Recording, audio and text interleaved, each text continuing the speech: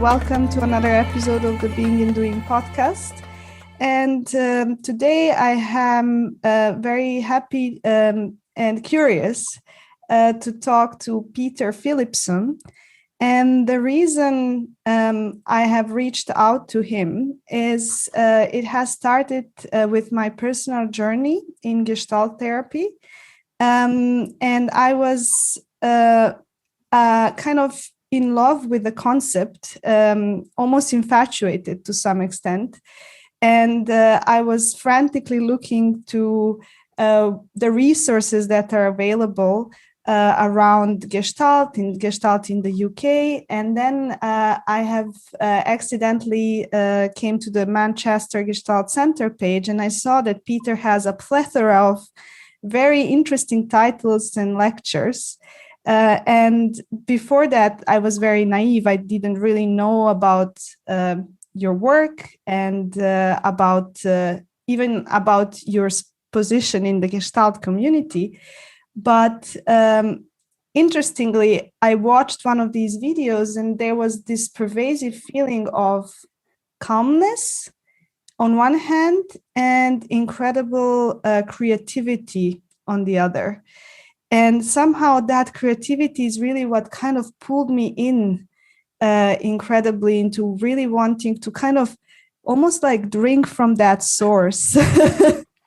And basically that's the reason we're having this contact and this conversation today. So really thank you for taking your time. And I'm very curious myself where all of this is going to lead. So my first question is, basically, what are the words that you yourself identify with, either adjectives or nouns or verbs, whatever you feel like you are close to, kind of? I think at this stage, there are lots of different words.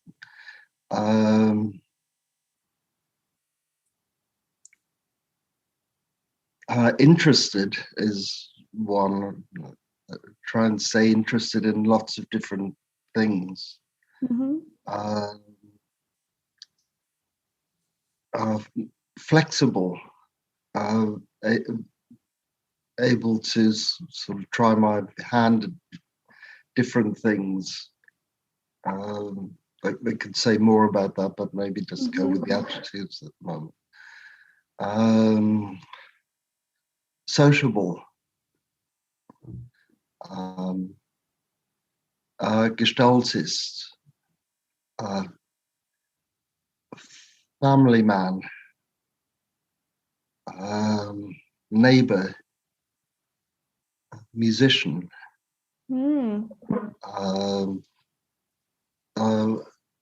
Aikidoist,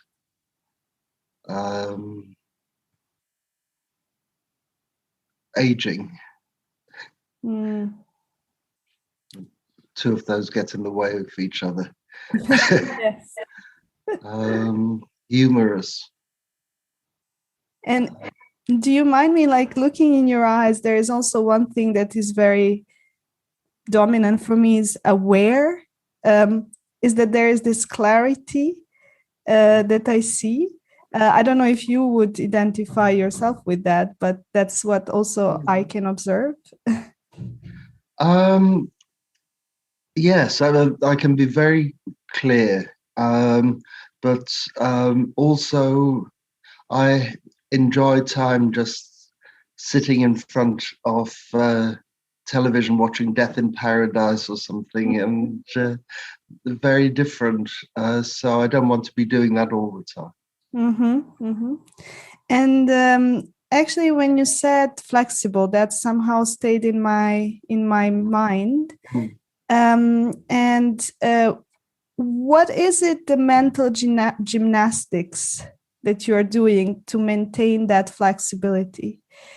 Sometimes I kind of relate the body and the mind, and actually, like, on the body, some people, in order to stay flexible, they actually need to put in a lot of work. And so is that an innate quality you have, or? an early learned quality. Mm-hmm. My family were refugees. Mm-hmm. I had to, in the 30s, leave Austria and Germany to survive, make a living and a life in a different country with no money at first, with a different language, and also with a knowledge that a stable life can suddenly be uprooted. Mm-hmm. And they were survivors, and I was taught about that uh, by their example, by how they were. And I've also done a number of different things in my life. I've done, I've studied philosophy. I've been a singer. I've been a youth and community worker. Uh, my life hasn't been linear, and um, now with the pandemic, I think I deal with it easier than some people because, again, okay, the world's changed, and my early learning comes up there.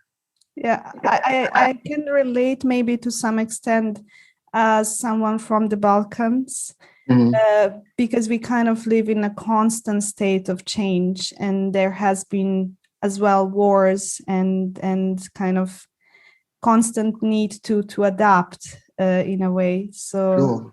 it's almost like a survival mechanism to some extent. Well, it is, yes. Yeah, yeah. And actually, I was almost tempted to ask you, what do you like to sing most? And what was when was the last time you actually sang? Well, before the pandemic, I was in a big choir in Manchester, and um, we the last thing we sang was a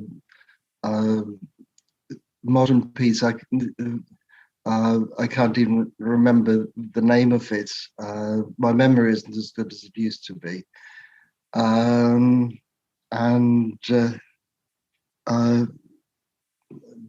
but we've sung Brahms' Requiem and all sorts of different things. Wow, that's so. What does that? Because I love singing as well, also Serbian traditional music, Okay.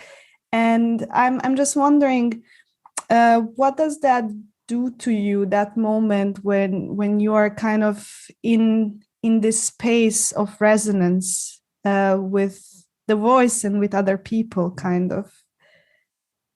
Mm-hmm.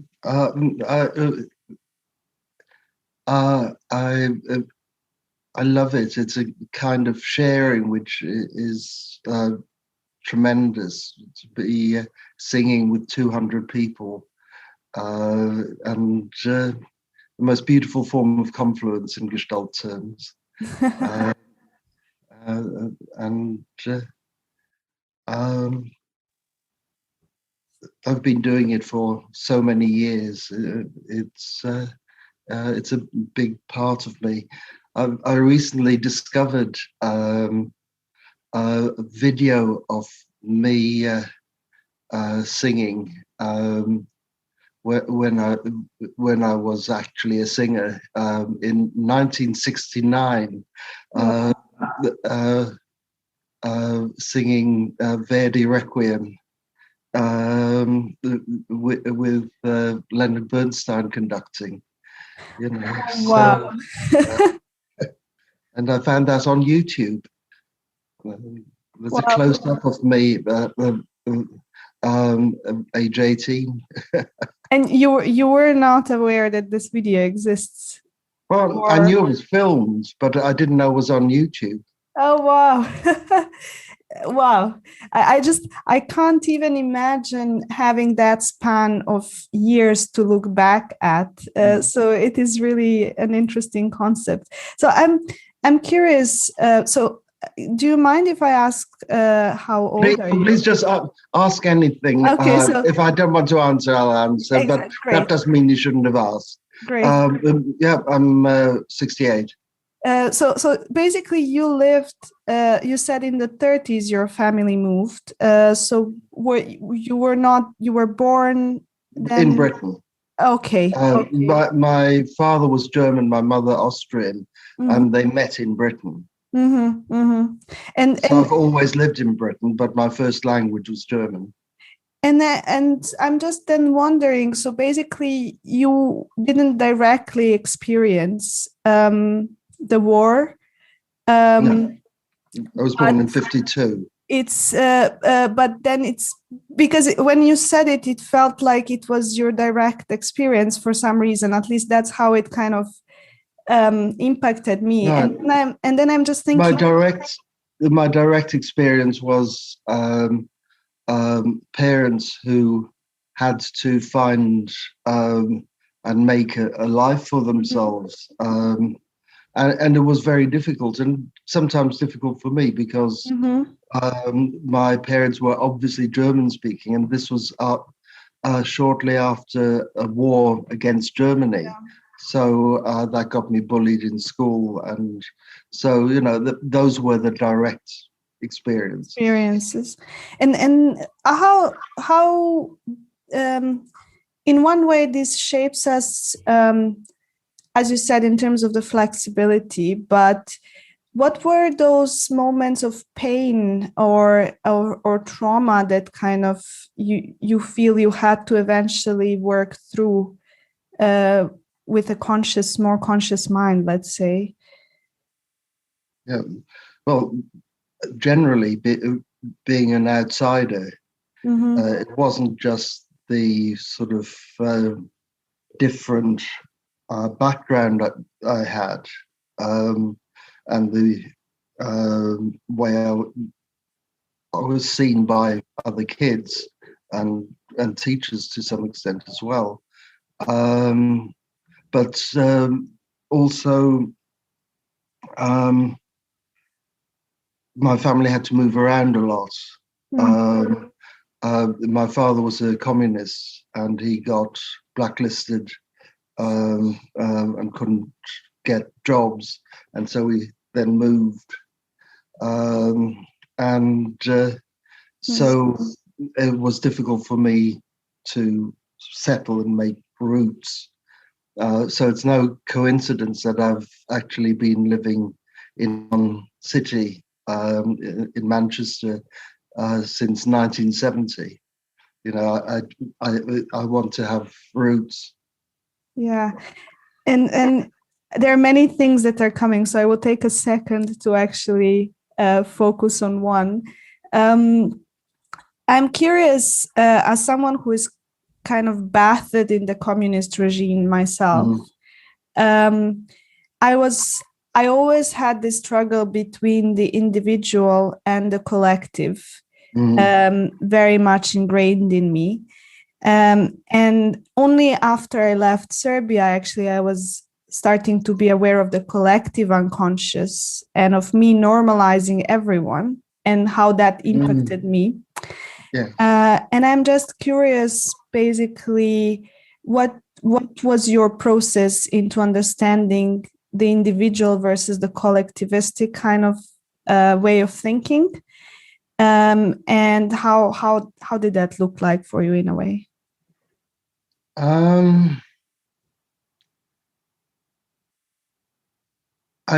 I don't think it was ever quite as simple as that for me, because at one level, my father believes in collective things, and also had tremendous support from communist groupings when he came to Britain. They were people who supported him. But at the same time, our family were quite individual because we were very different from a lot of those around. So I've always been left wing and involved in left wing politics. Um, but I'm not a communist. And at one stage, I was much more a Paul Goodman anarchist.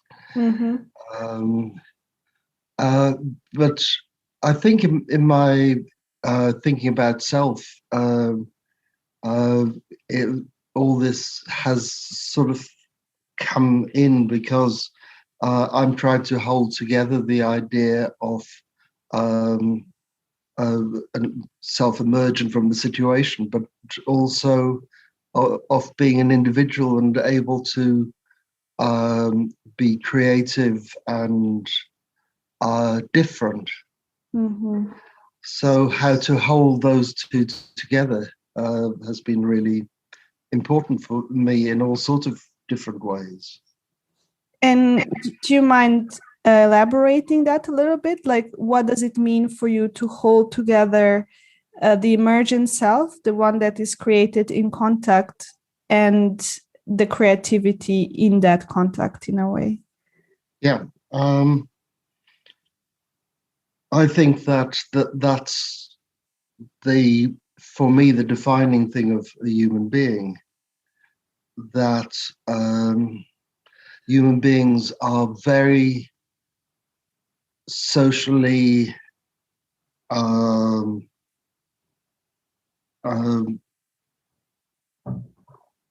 connected, and with a very strong intersubjective element. And at the same time, human beings have the ability at any moment to say no to the collectivity, and say, and I'm going to do this.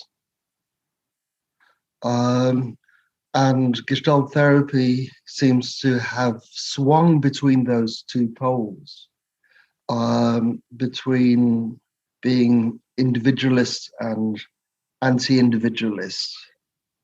And both of those lose the what for me is central, which is how we have to find a place to set our camp within those two poles.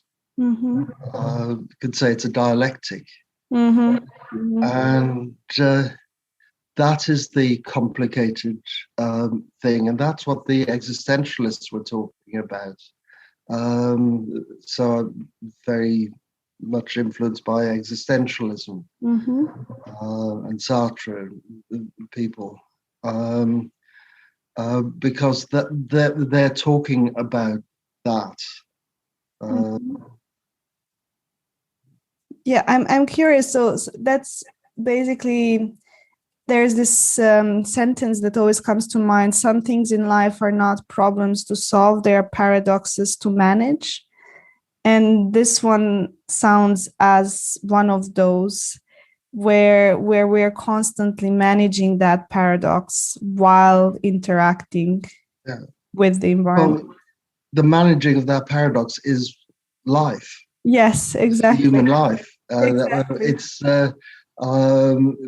and life leads to problems to be solved, but it is the solving of those in line with those two natures that is the stuff of living. How do I engage with people? Do I fit in? Do I try and change things? Fritz Perls had this idea, which again is getting unpopular now, of aggression. Oh, I read that recently, actually. Yes. But that's speaking to the same thing, that human beings don't just find a hole in the ground and inhabit it. We design and build houses, to do that, we knock down mountains to get the materials for that. We are never, as Heidegger said, thrown into the world. As we come into the world, the way we come into it changes the world we find. I say that even babies are never thrown into the world. When a baby's born, it isn't thrown into an objective world. It's born into a world in which a baby has just been born. Yeah. Which is very special, a very particular kind of world. Yes. So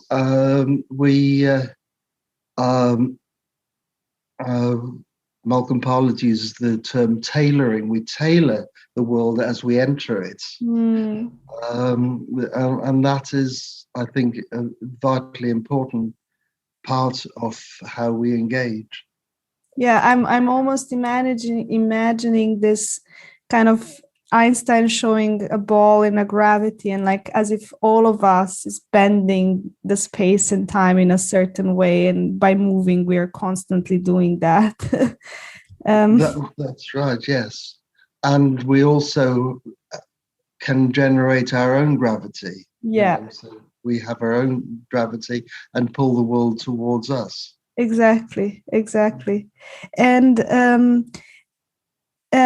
in terms of objective and reality, I also I recently read one of your articles, but then it's Zen and the Art of Pinball. But then I love the book Zen and the Art of Motorcycle Maintenance. Yeah, me too. And as a scientist, actually, I was and still am obsessed with the truth.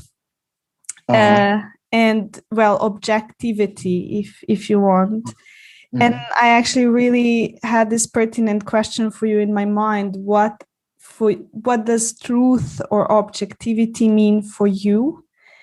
And actually, in the Zen and the Art of Motorcycle Maintenance, there is this moment where he explains we are trying to cut the knife with the knife. And so basically, how close can we get to understanding ourselves in that truthful manner, let's say? So yeah, you can take this wherever you want. Oh, wow. Now we're getting to another interest of mine, Husserl. And I like what he said, that the problem is that when we talk about objective truth, we are acting as if we are observers from outside the world looking at the world. And so it's not so much about objective truth, but that we're objectifying ourselves rather than being a subjectivity. Mm-hmm. And in fact, science hasn't been doing that since Einstein over a century ago. That isn't the scientific paradigm now. It hasn't been for a century, but human beings non-scientists haven't caught up with that. We are part of what we observe. Mm-hmm. So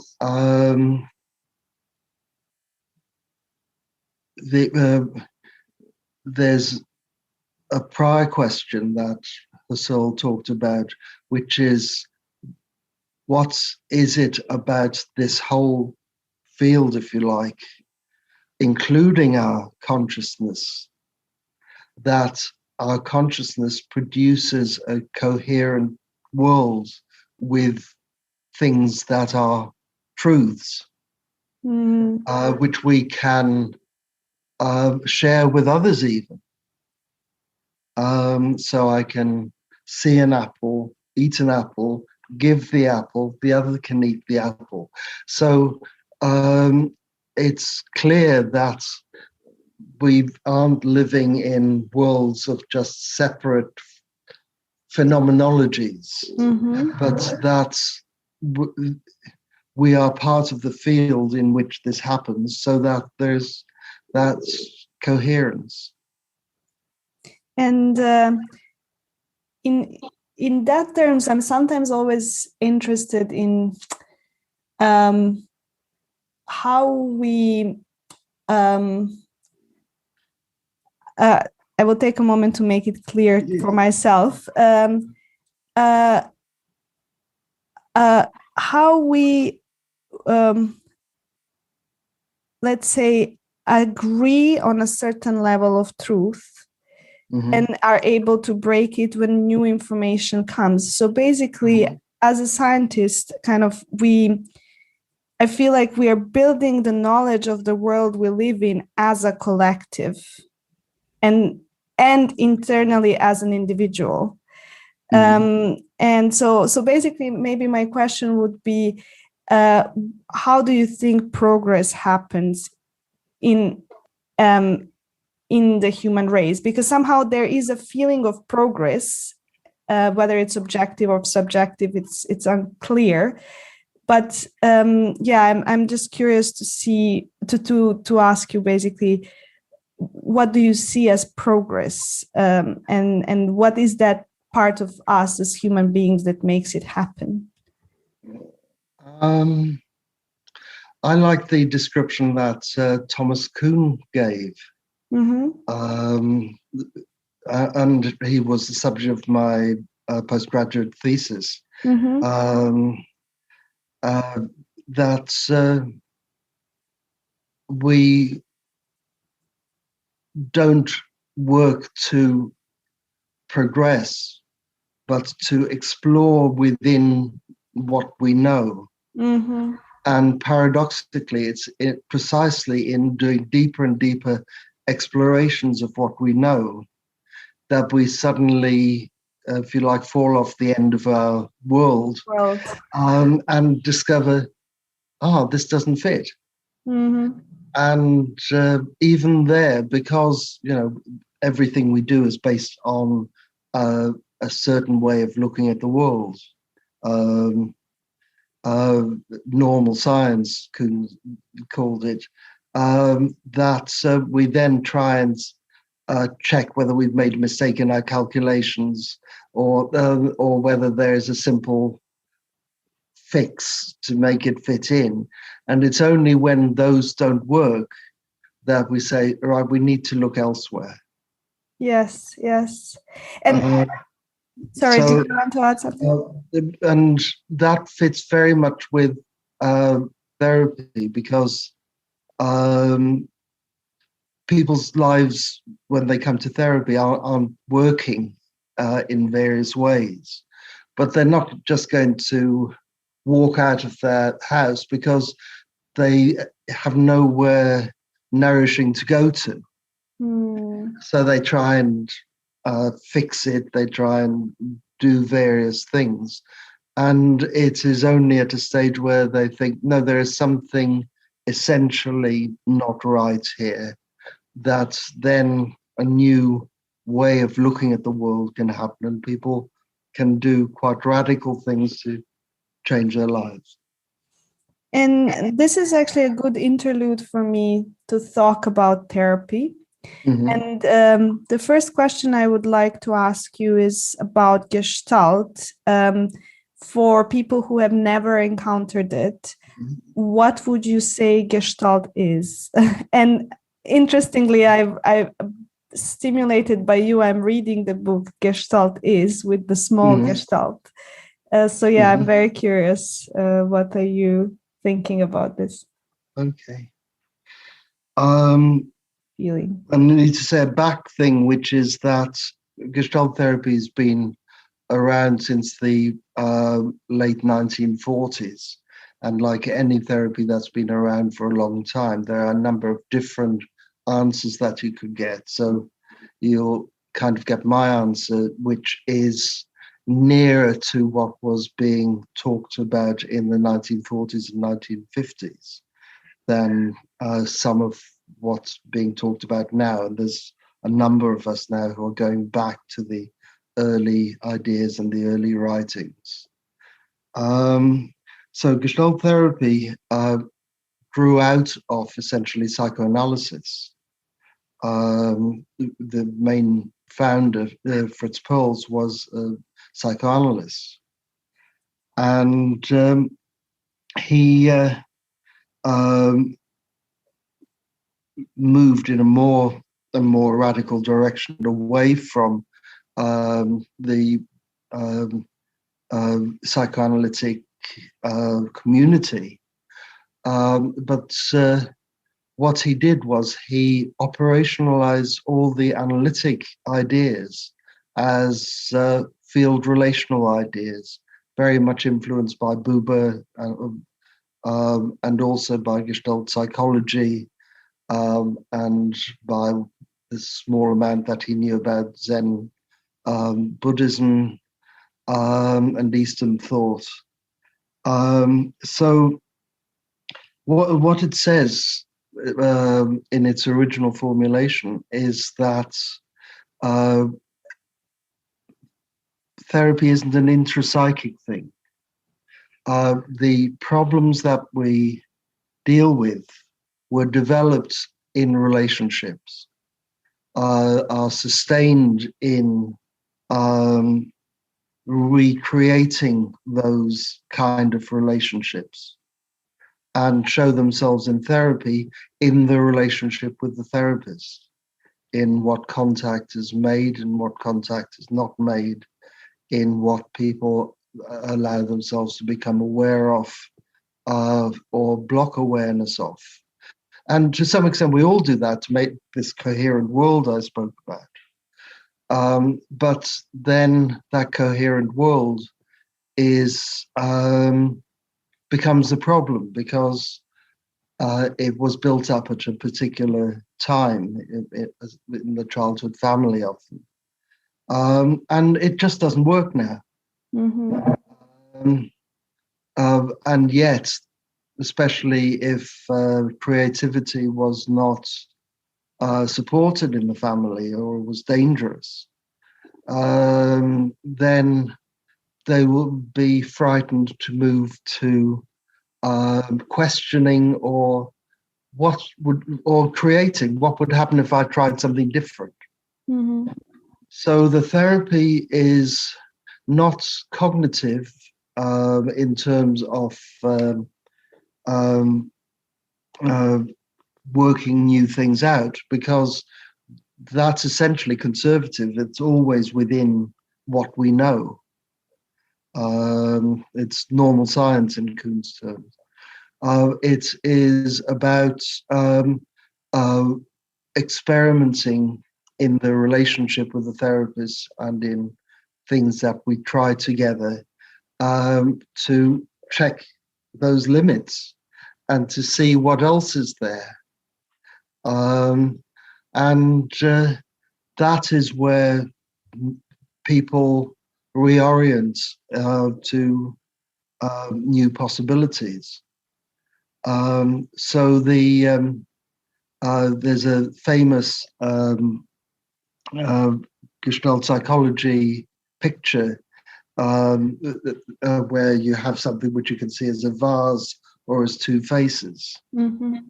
And what happens is we flick between the two, depending on what we make foreground and what we make background. And that kind of reorganization of awareness and experience is the change mode. So the startling thing about that is that it is essentially instantaneous. Mm-hmm. You can't see the vase and the faces at the same time. You can only instantaneously flick between them. So what takes the time in therapy is building up the support and the information experiences which allow for that. But the change when it comes is where the client says, I found myself doing this, but I don't do that. So that's a kind of quick explanation of how I would understand Gestalt therapy. And I always had this feeling that therapy works for me. Mm-hmm. And because I enjoy the process of constantly questioning myself, as a scientist, also constantly proving myself wrong, or Mm-hmm. eventually starting to believe. But then kind of coming from Serbia, where this is not still, where mental health in itself is also still not talked about openly, and where there is a fear of going to therapy because you're crazy, and a lot of these kind of questions. I'm wondering,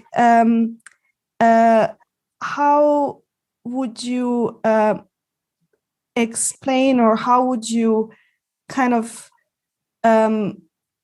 soothe people into saying it is okay to go through this process? Because for me, it's really enriching, but then I'm constantly kind of faced with the stigma around everything. Well, I think cultures change as well. Mm-hmm. One of the things Paul Goodman, who was one of the co-founders of Gestalt therapy, said is that there's a certain kind of sanity which is really neurotic, and a lot of symptoms would disappear with social change. But you would get going to therapy would be an act of defiance in itself, which actually in some ways would make the therapy easier, because the people that you're getting, even if you get fewer people, would be very motivated and willing to take risks, because coming to therapy in itself is a risk. But, in a very practical way, Manchester, when I started being a Gestalt therapist there in the late 80s, didn't have a therapy scene. It's a post-industrial city with a kind of working class culture. And I went around and talked to groups, to social groups and church groups and Rotary clubs, and all sorts of people, and talked about what we did. And what I found is that slowly things developed. People told other people, and I wasn't the only one doing this. Other people were also doing this, and so it's much more normal that people go to therapy or to counseling. Mm-hmm. And I also think that it's been supported by that. There's been more about that in films and on television. So it's part of the cultural discourse now, much more than it was. And I'm also curious because I had a lot of resistance from people being like, some things are not proven scientifically. And let's say Gestalt therapy is still not what would people call evidence-based. And I played with different kinds of therapy myself. And it's just that I have this subjective feeling that it is something extremely rich and useful for me and then potentially for others. And then I'm basically curious.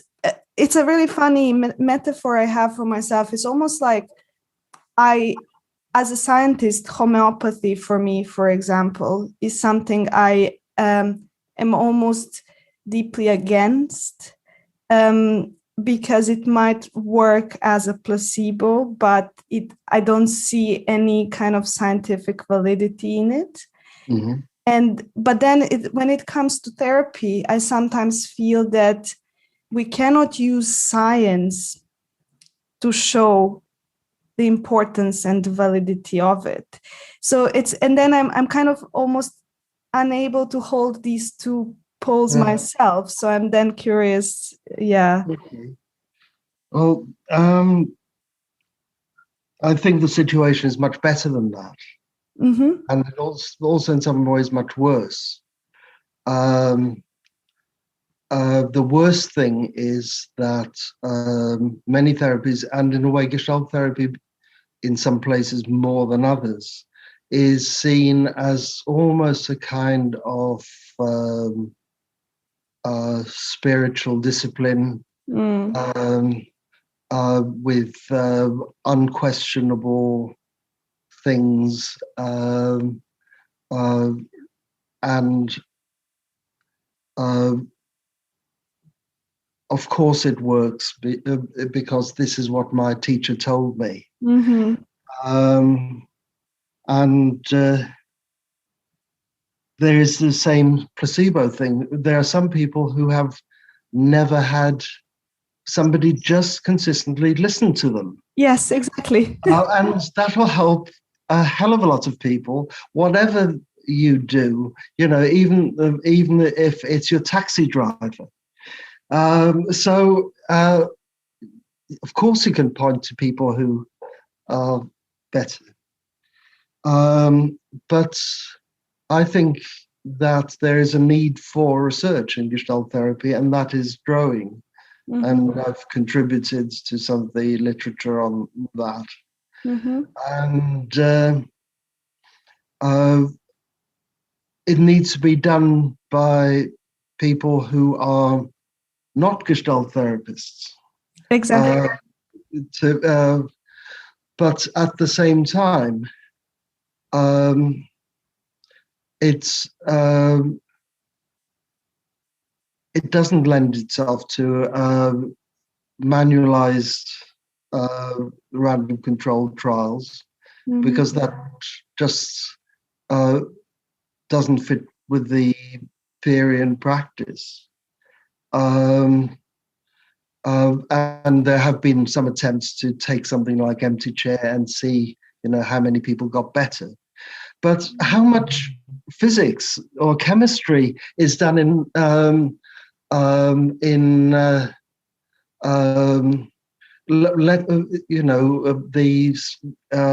Large Hadron Collider will do this, see what happens. It's not solution focused. In fact, it's hoping that the solutions that we're expecting don't happen.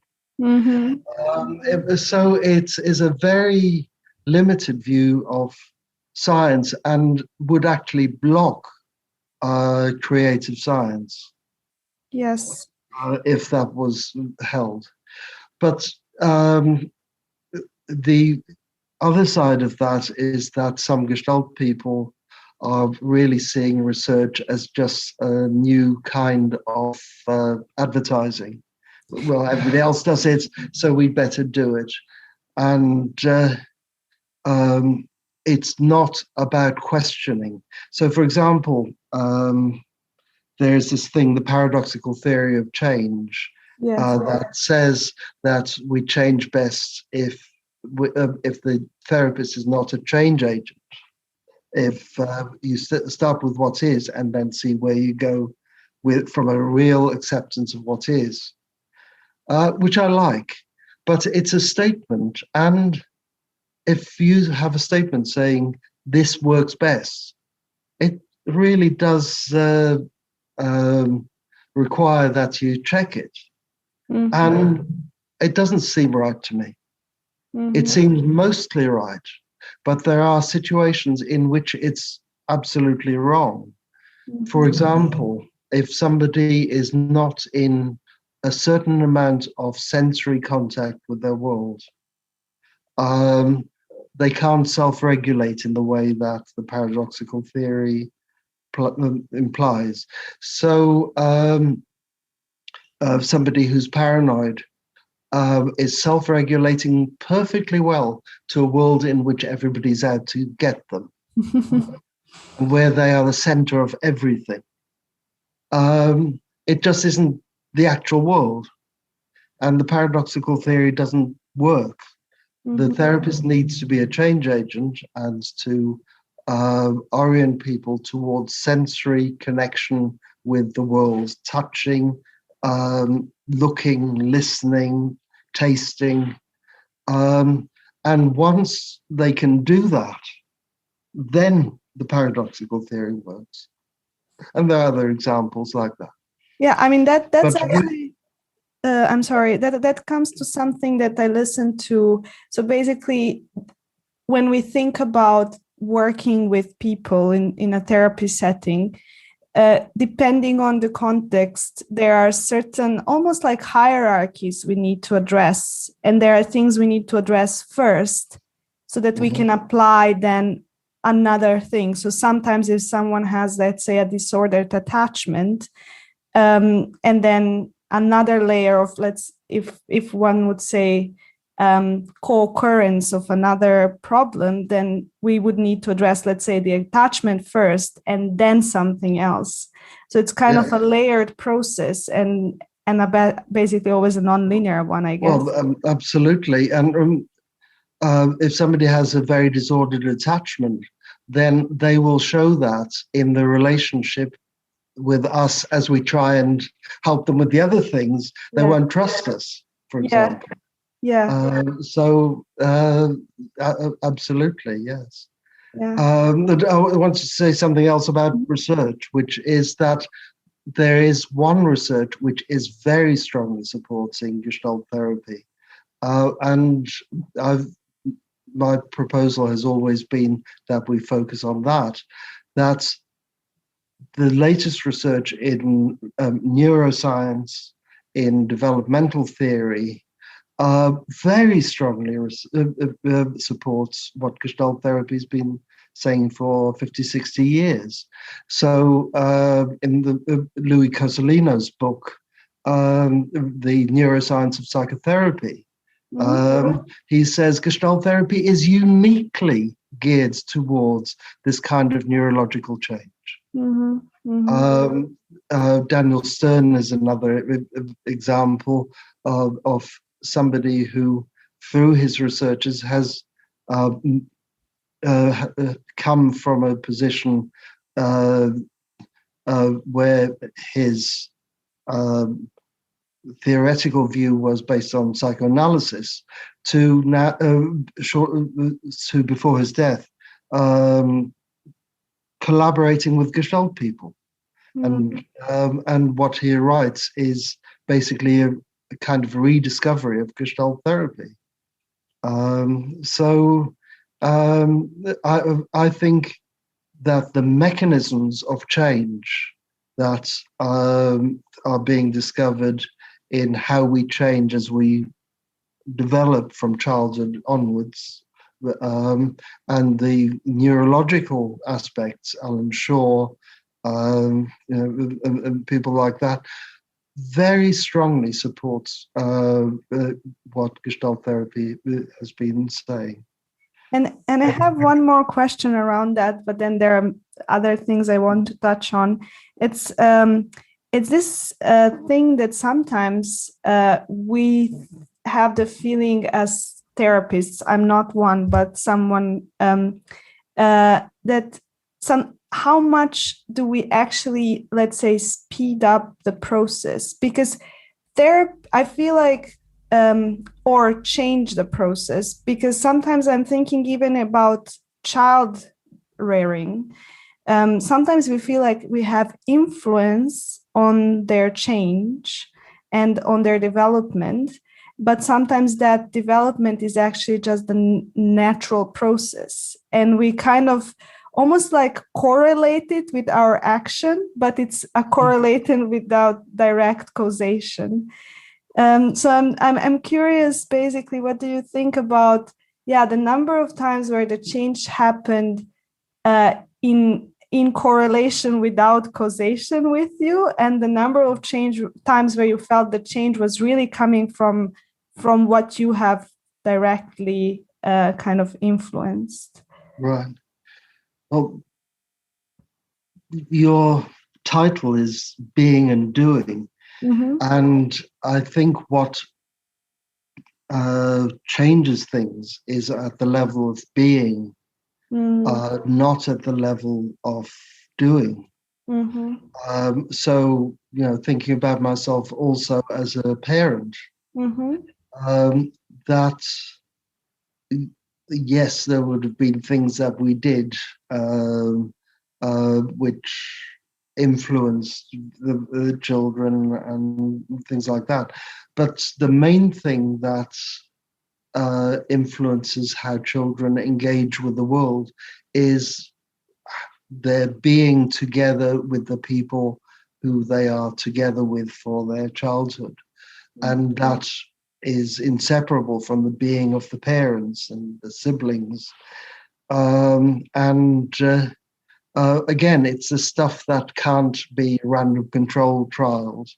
It's just the way we look at each other, the way we hold each other, the way we conflict with each other, because conflict is a major part of parenting in childhood, and I think also part of therapy, especially if they have bad experiences of conflict in childhood.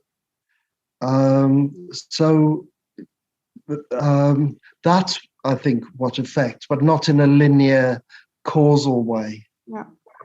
I mean, I had that experience where sometimes there are changes which are impossible to express in words, and also things which are impossible to measure and express with words. So I was in a yoga teacher training for 20 days immersed in kind of a very sensory experience, and as you would say, being kind of experience. Yes. And by the end of that time, I really felt like we have all been different, and I haven't communicated much with any one of my colleagues and students and friends. And this is something that I feel maybe it's our culture today that kind of has imposed these metrics in order for something to be justified. And also, almost as you said, it's an advertisement. We need to put a stamp, scientifically proven, although some things actually do work at this very, very sensory level. Yes.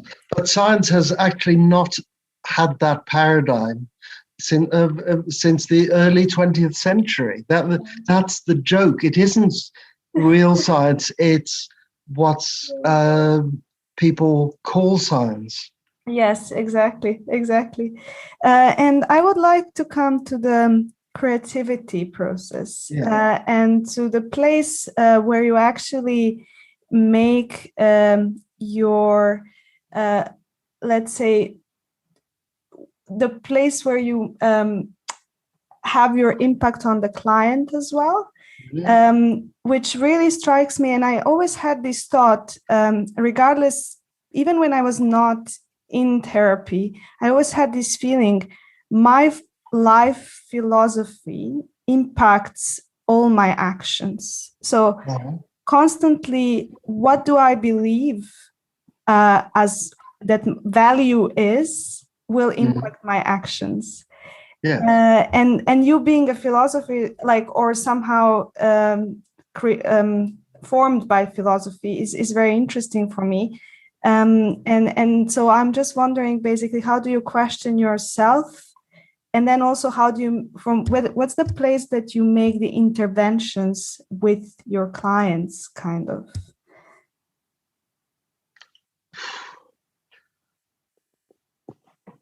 Mostly, my interventions just come now. I am also quite critical and thinking about how I'm working, and take it to supervision and readjust. But that's afterwards or before. In the process, if I do that, then what I'm also doing is take myself out of the contact. Mm-hmm.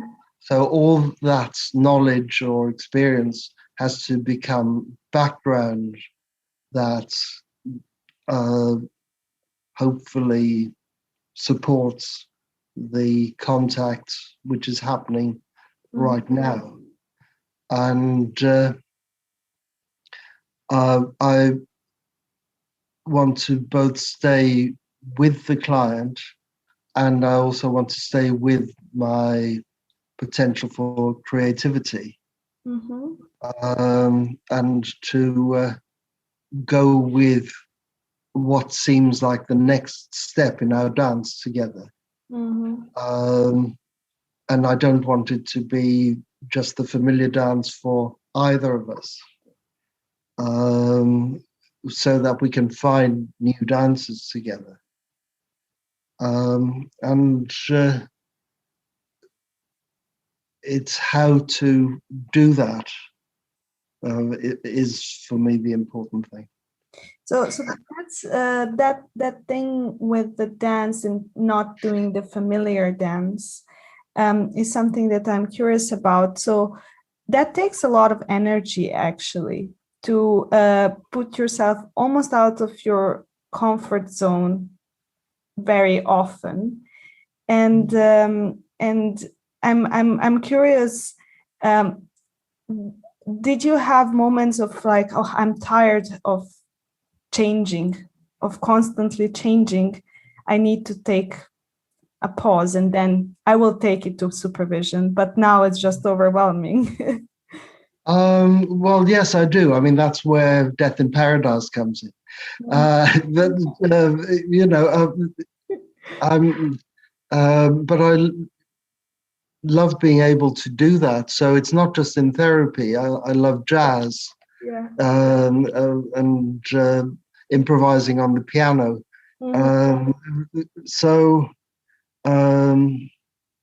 Or I like cooking, and I like inventing new recipes.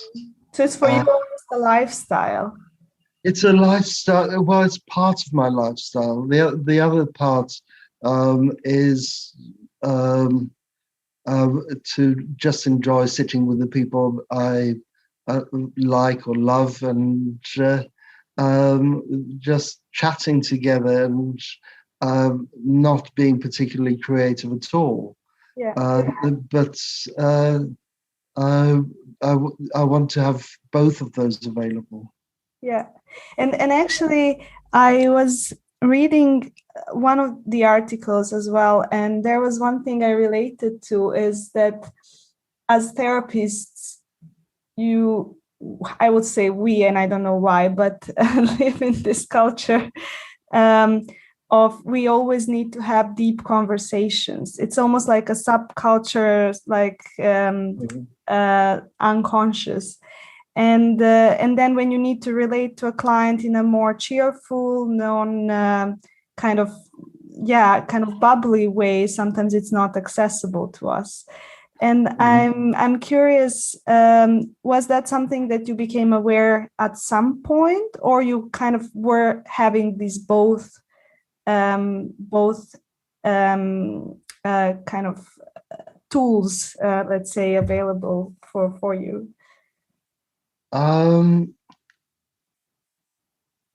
I have both really available, and they support each other.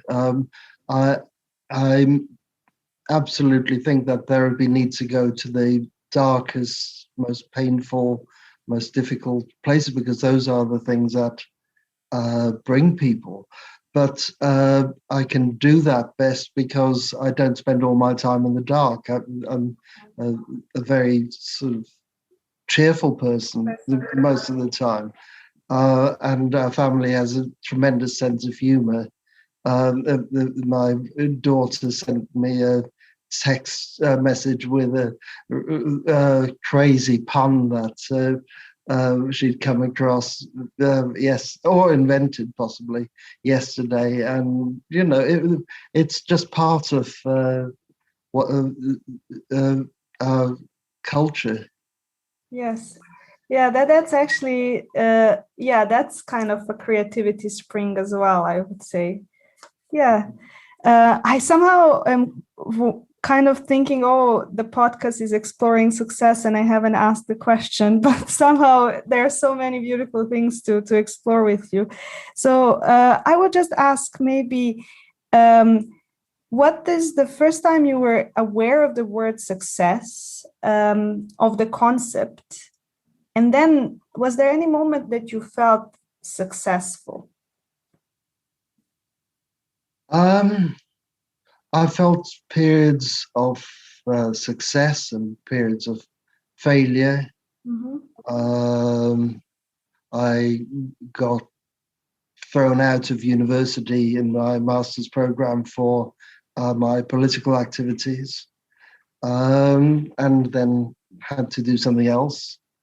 So, and I wouldn't have been a Gestalt therapist if that hadn't happened. So, uh, I don't think success is something that I've ever wanted to make as an aim.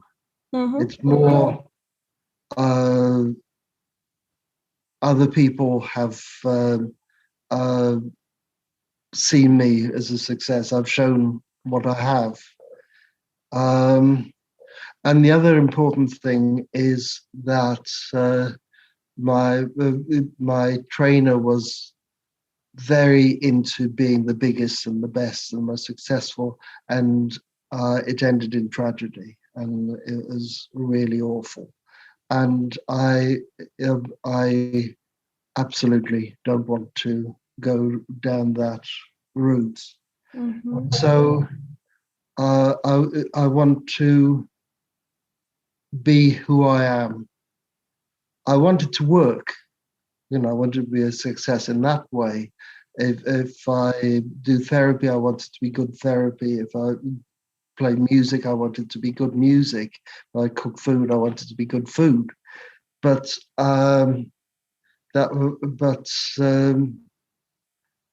that's more important for me. And yes, I like people appreciating me. Mm-hmm. And at the same time, I'm aware of the shadow of that.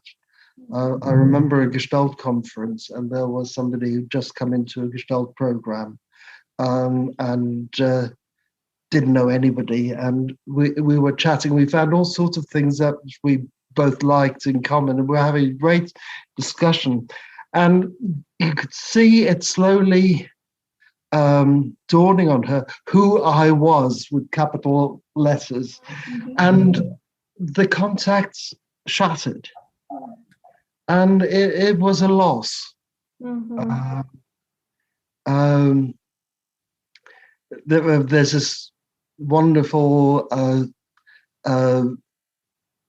organization development principle, the SNAFU principle. SNAFU, American Army term, situation normal, all fucked up. And the SNAFU principle says that true communication is only possible between equals. Yes. Therefore, the higher up somebody becomes in the hierarchy, the less they know what's going on. Yes. So I'm very aware of that. Yeah. I mean, for me, that's the beauty of Gestalt. I always felt I was always somehow authority averse, and I always want, basically I have this insatiable need for contact, And when you feel that you can have contact with the child, and then again with someone who has such a tremendous life experience, of course there is respect, but you don't want that to ruin the contact. And that's basically, I guess what you're describing. Yes. Yeah.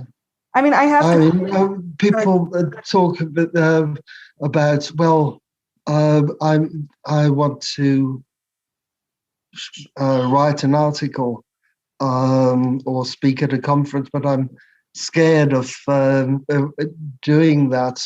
But you do it so easily, and I say, well, I was that, and everybody starts with that, and then you just do it, and eventually it becomes easier.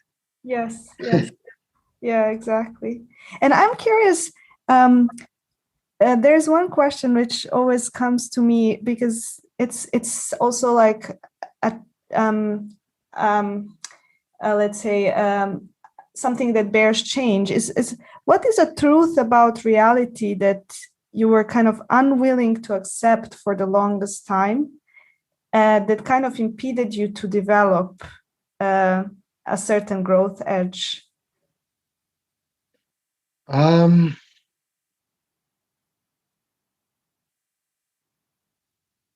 The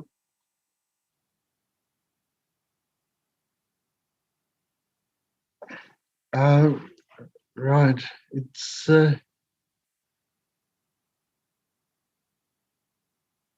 being an outsider.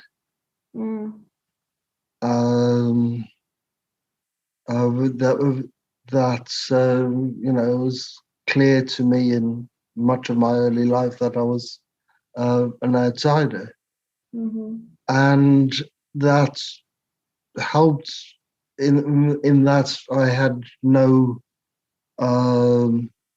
roots that hadn't been uprooted. And what mostly helped me with that was not therapy, but coming to Manchester. And I really strongly feel like I belong here, because it's very diverse, very contactful. Everybody talks to everybody else, which has made it very difficult to do the pandemic stuff. And lots of talking between and interaction between the two communities. So a few Christmases ago, they were doing the Arabian Nights at a theatre, and a group of us locally went along to see it. And about half the group were white, and about half the group were Muslims. And we saw it from a different cultural perspective. And then we went for a pizza to talk about it together. And that's the sort of thing that happens in Manchester. And there I really felt I belong. And I've, as I said, been here 50 years. Wow. Yeah, it's somehow like I still have for myself the longing and like the hope that there will be a moment where like I would just kind of place my roots somewhere. But Yeah, you know that. And I'm thinking,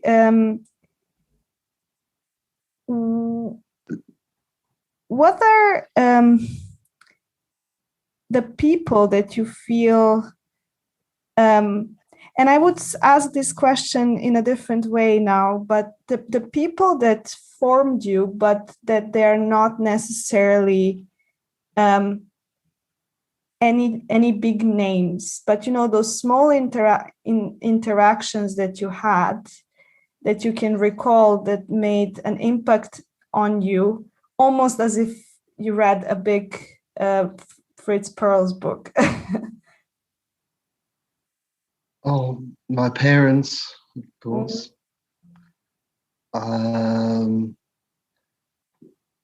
and my brother.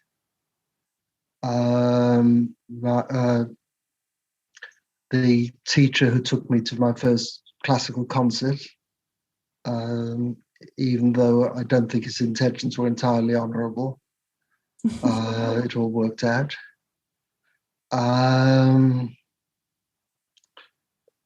The guy who told me when I wanted self-defense that I know you'll like Aikido and nothing else, and I've now been doing Aikido for 40 odd years.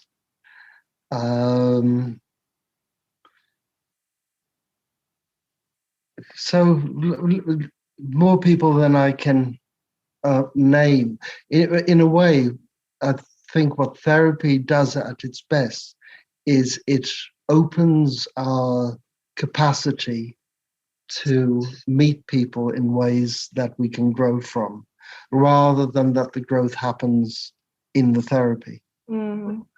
Yes. And there are two questions here. One is Aikido and self-defense. So I recently had this, since I came to London, and again, when I read one of your articles, there was this thing, urban jungle. So where the jungle is, and I really felt it so strongly here. And I felt this strong need to go to a self-defense class. Mm-hmm. And also there was one thing that you said in one of the lectures that said some people become victims because they are not ready to be the monster. Mm-hmm. And I'm wondering, how did you get in touch with that part of yourself? It's either through Aikido, but also like how did you have been in touch with your aggressive part? There was a moment actually in one of your lectures where you actually were describing a situation in a supermarket when someone wanted to cut the line, and you actually kind of really had this matching emotion. And it's something that sometimes is very difficult for me. So I'm curious. I'm curious to hear more. Well, it's inherent in my background. I was taught to treat people who were trying to do me down with contempt, not just to accept racism or prejudice. My uncle was killed in Germany as a resistance fighter. And that was part of the family culture. So that was there, and I can be aggressive if I need to be. I took up Aikido because I was working as a youth worker with homeless young people on the streets at night, and I felt the need to defend myself. And it's now that's not really the issue. I can do that if I need to, but it's just a wonderful thing to do together with people. But it also meant that if somebody else was being attacked, that I could do something with it. And I've done that a few times. So I value my capacity to be a monster. So we stopped that you value your capacity to be a monster. And it's also been important that I've valued, I've taught my kids also how to value that, while at the same time being able to be kind. Yeah. Yes. And I'm also curious about how do you experience yourself in this moment in relations to where the world stands, and with all your experience, if you are to kind of leave something behind in let's say I really wish the world would move in this direction, what would that direction be? Well, right at the moment, I want the direction where we can meet and talk and hug each other again.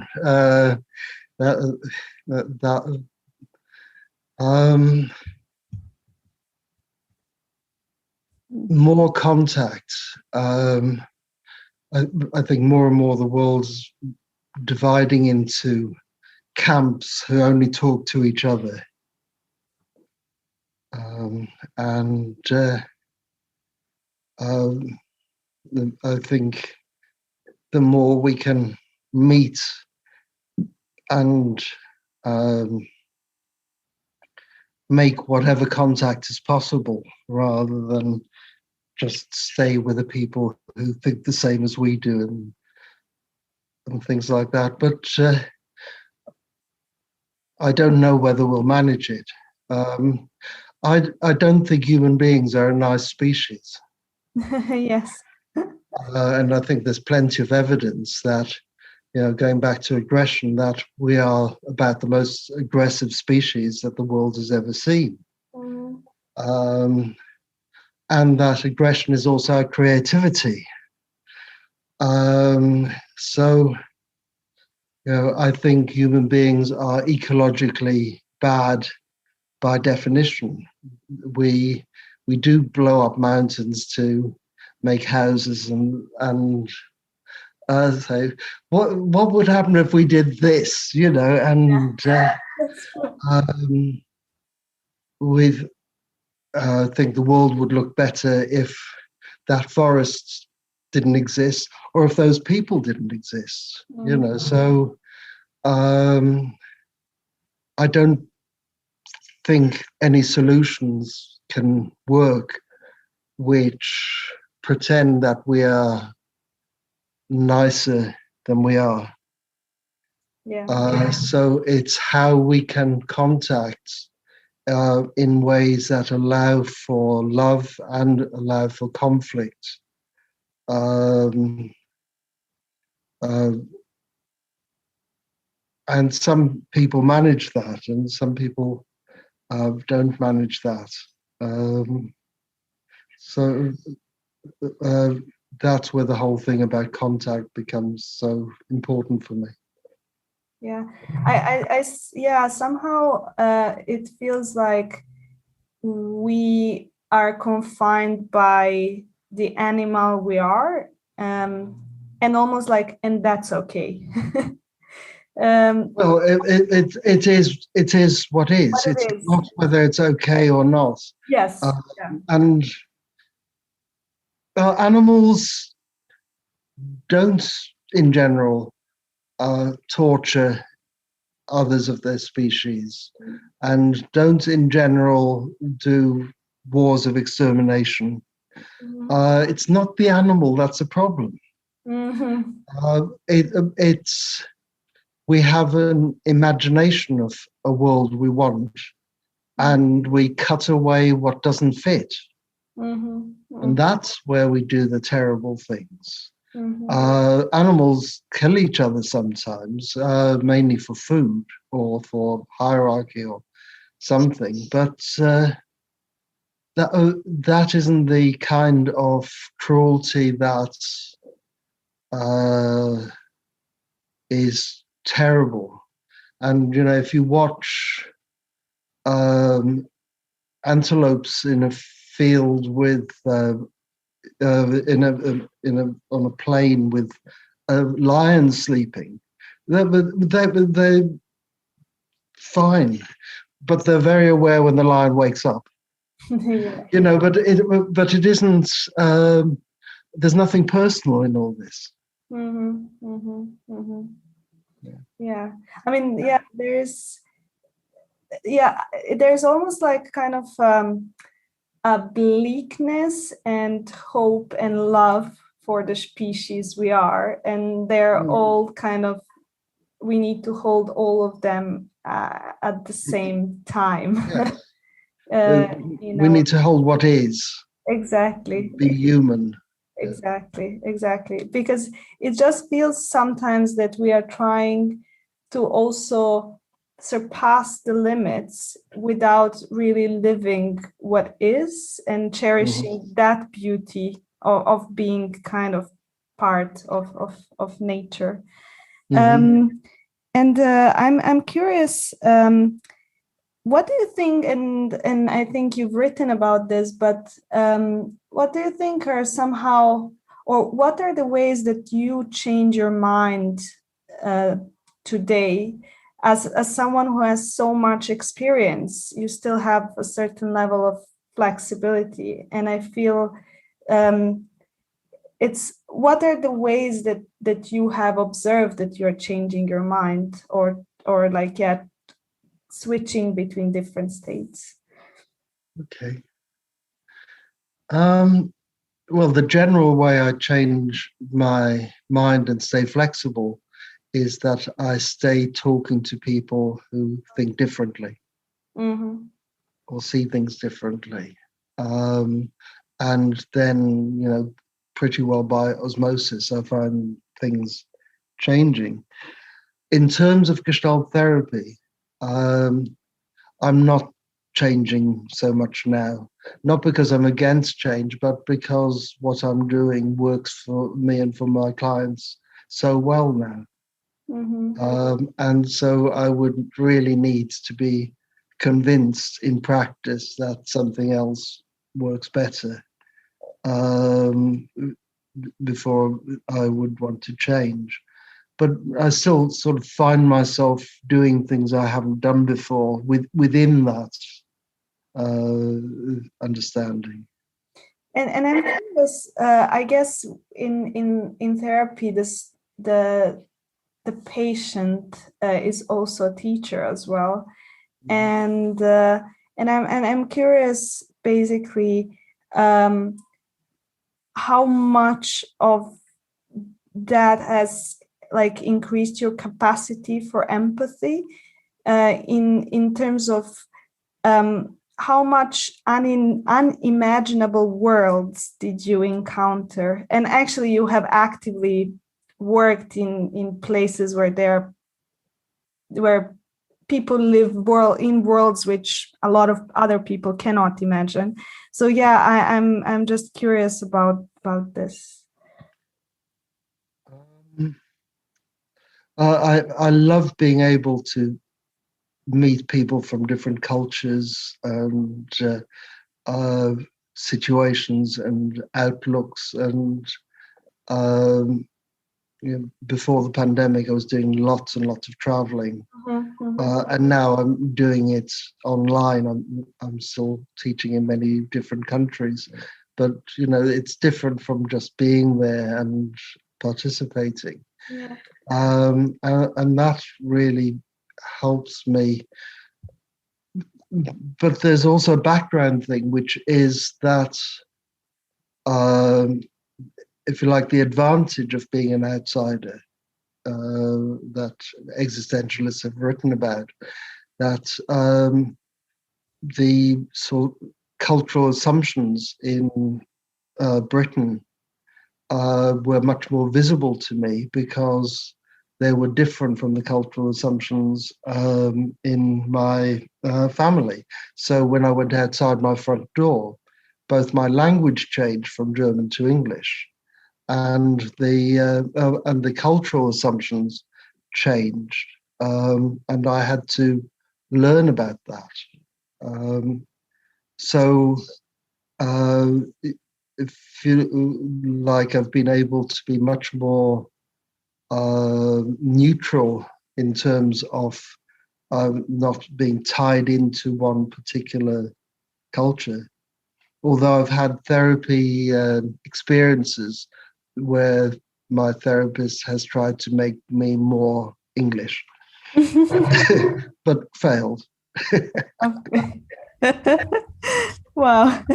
And I'm also curious, like, is there something that still you are surprised by today, and something that you are almost like having this childlike curiosity about, of something that you have not encountered before? I've just had one on Monday. I did my first supervision group with trauma counselors in Beirut. And again, an entirely different culture and a very specific and in many ways terrible situation. But meeting and finding a way of being with the people there. Wow. And I'm curious, it's since it's almost a war state there still, no? Mm-hmm. I'm curious basically what is now your experience, because for me, I had a lot of these times thinking, how would it be to be in Auschwitz, or how would it feel like to be in such a dire circumstance? And I'm always thinking of Viktor Frankl and everything he's writing, and I'm actually now very curious. How do you hold space for them, and what are the feelings that are coming up, and where do you see that creativity to suit them or to suit the fear they are currently having? Sure. Well, I mean, for me, the point was more not to be overwhelmed by Auschwitz, because, I mean, my uncle died in Auschwitz. It's not another world. That's not another world for me. But one of the things it says, I mean, the people who survived Auschwitz were not the nice people. There was no nice way to survive, and Viktor Frankl was writing about that. So I'm more sort of open to that. Being good is not always the way that people need to find. So that it's how to just live with other people, and how to live with other people who are also racist, for example, or anti-Semitic. It has been much more problem, because when I went to school in London in the 1960s, there was a lot of racism in the school, not just the kids, but also the teachers. And I had some of the bad side of that.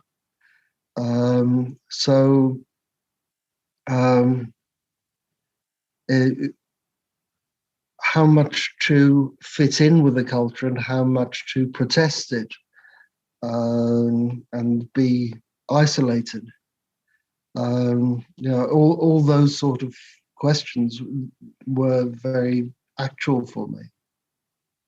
And so basically those are the kind of questions or the sources that you are able to then kind of work with the people in Beirut around.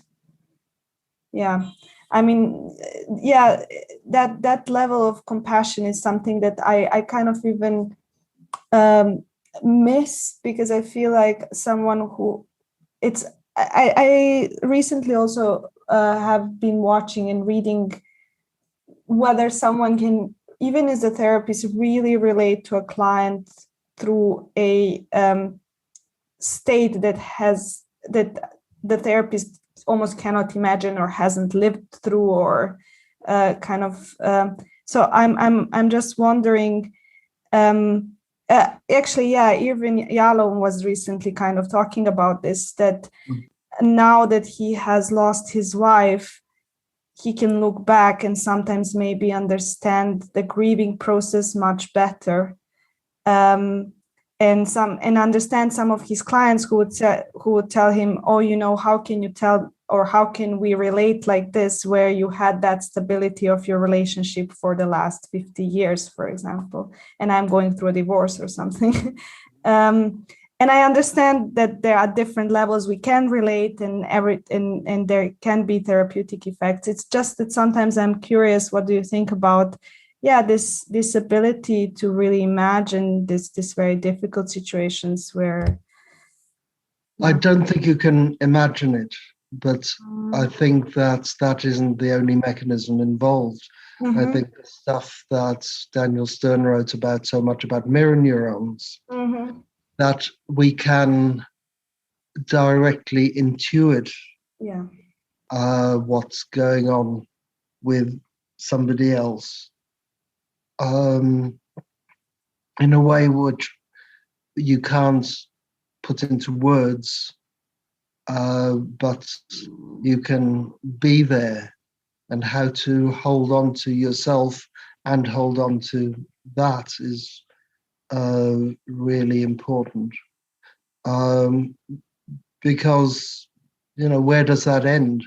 All our clients have had different experiences. All our friends have had different experiences, and yet we have to understand each other in a way beyond that. It's philosophically one of the really important things for me about Gestalt therapy, because there's a problem in phenomenology.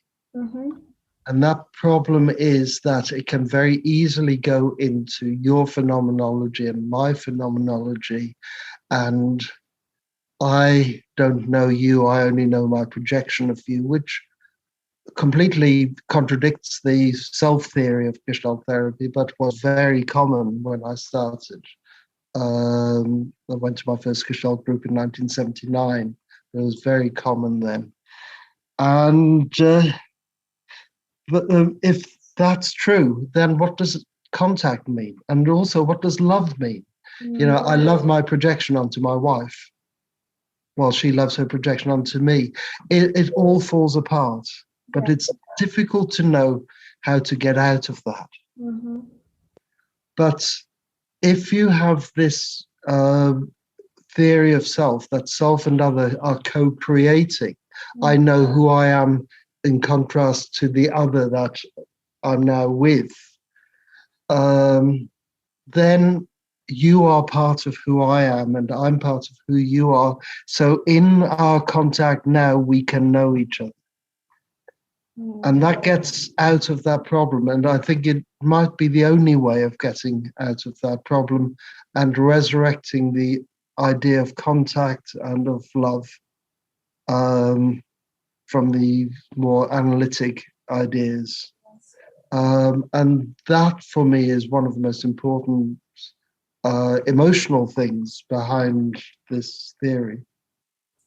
And people talking about, you know, you can only talk about my phenomenological field and your phenomenological field, and suddenly we're all individualists again. Exactly. And I actually sometimes feel that even that is a paradox we can hold, that part of being individual and having that sense of self, and then still knowing that part of that self is emerging as we are contacting another. It doesn't mean I know everything about the other person, but I also don't know everything. I can be completely wrong about my own motivations for things as well. It's not about knowing about, it's about there's a place where we can know each other in our contact. In that sense, the last question I want to ask is basically about I don't know, and that kind of the flip coin of that is humbleness in a way, and I see using that you using that often. So I am just wondering, where does that ability to use I don't know with such ease come from for you? Okay. Yes, it's very important for me because we're completely bound by what we know. Unless we have areas of not knowing, then life becomes very dull and predictable. But again, going back to my background, we didn't know what was going to happen next. And as I said, my life changed several times and changed direction several times in ways that I couldn't have predicted, but really like now it's happened. And I absolutely don't know where my clients will end up. And that's another good reason for not being solution focused, because clients find solutions which are well, not solutions but futures which are way beyond anything we could either of us have guessed. A story I tell in training is that when I was in school, one of my traumas was that I was somewhat dyspraxic, and I wasn't chosen for football teams. So there was the choosing for teams, and I was not being chosen. But but what I realize is that none of us in that situation, including me, would have guessed that at this stage I'm a government recognized sports coach and martial arts teacher. It just wouldn't have been in the horizon. And the future one of my clients found was he became a rock star. And neither of us would have imagined that. Where did he start from before becoming a rock star? That would be going too far out of confidentiality, but sorry. It would have been a surprise to the two of us. Okay. And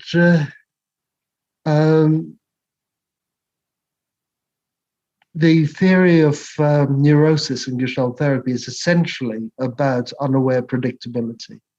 Mm-hmm. Do the same thing in an unaware way over and over again. And so that means that the task of the therapist is the curious one of facilitating the client to become unpredictable. Wow. So if I come in with a knowing of where they should be or what should happen, how can that possibly happen? I'm actually more taking it away from them than supporting that. Yeah. And I don't know, there are lots of things I don't know. There are some things I'm really bad at. I've got an awful sense of direction, and I often don't have the slightest idea where I am. And what are the known unknowns? What are the things that you know you don't know, but you would really love to know at this moment? Nothing. Well, there are things I know I don't know, but I don't really have a great yearning to know everything. Yeah. And then just the rapid fire questions. There are 2 or 3 of them. One is, what is an absurd thing about you that you're willing to share, but that not many people know?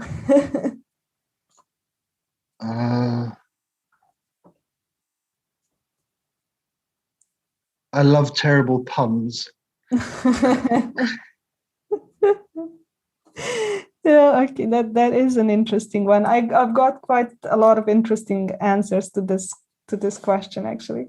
And then I could give you an example if you like. Yes, actually, that was my next one. Yeah. What did the elephant say to the naked man? How do you pick anything up with that? Yeah, that is a good one. I will get a moment for that to sink in. And then the next one is what has become more and what less important for you with age?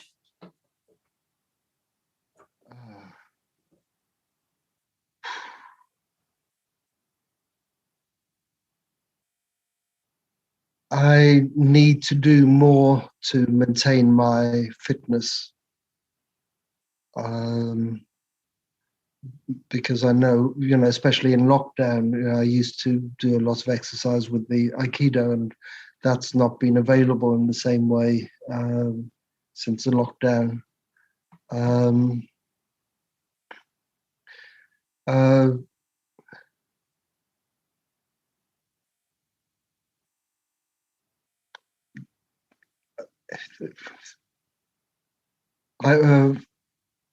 Less important.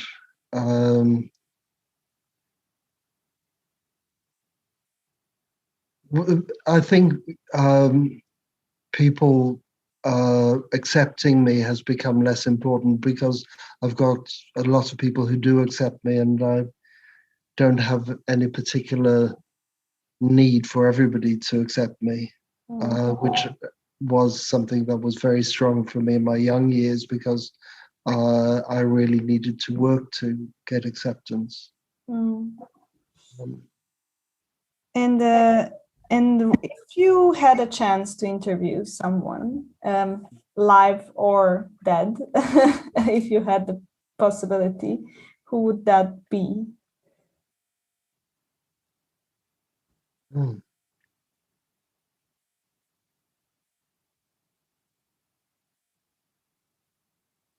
The person who immediately comes to my mind is interviewing Alan Turing after his death. What would you have discovered if you'd stayed alive? Wow. That's an interesting one. And the last one, is there something you would ask yourself? Something that somehow, you've been interviewed, you've been talking a lot, and then somehow you feel like there is part of you that hasn't been seen, and you wish you had the chance to share that.